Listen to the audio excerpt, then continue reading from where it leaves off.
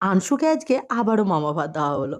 আসলে ঘটনাটা হলো, ভাই যেহেতু ব্যাঙ্গালোর থেকে আবার এতদিন পর এসেছে, তাই মেজো কাকিমণি বলল, "মামার হাতে ভাগ্নাদের খাওয়া কিন্তু খুব ভালো। তাই ওকে একটু পায়েস করে দেবো আর ডাল ভাত করে দেবো, ওকে ওর মামা খাওয়াবে।" তা আমরা সবাই মিলে মেজো কাকা কাকিমণিকে ধরলাম, "না, আনশুকে একা খাওয়ালে হবে না, আমাদের সবাইকে খাওয়াতে হবে।" তার জন্য কিন্তু এই আয়োজন। আসলে এই যে থালা, গ্লাস, বাটি প্রত্যেকটা জিনিসই কিন্তু ভাই ব্যাঙ্গালোর থেকে নিয়ে এসছে। কি সুন্দর দেখতে বলুন! ভাই বলছে এগুলো কিন্তু কোনো কালো হবে না। নরমাল মাজবি কি সুন্দর থাকবে দেখবি। এগুলো কাঁসার না, কিন্তু দেখতে কি সুন্দর দেখুন। আর আনসু যে জামা প্যান্টটা পরে আছে এটাও কিন্তু ওর মামাই দিয়েছে। এবার বলুন তো হলো তো মামা ভাত। কিন্তু এই মামা ভাতের উপলক্ষে মাঝখান দিয়ে আমরা সবাই কিন্তু পার্টি পেয়ে গেলাম। আর আনসু কিন্তু অন্নপ্রাশনের থেকেও বেশি এই মামা ভাতে এনজয় করেছে।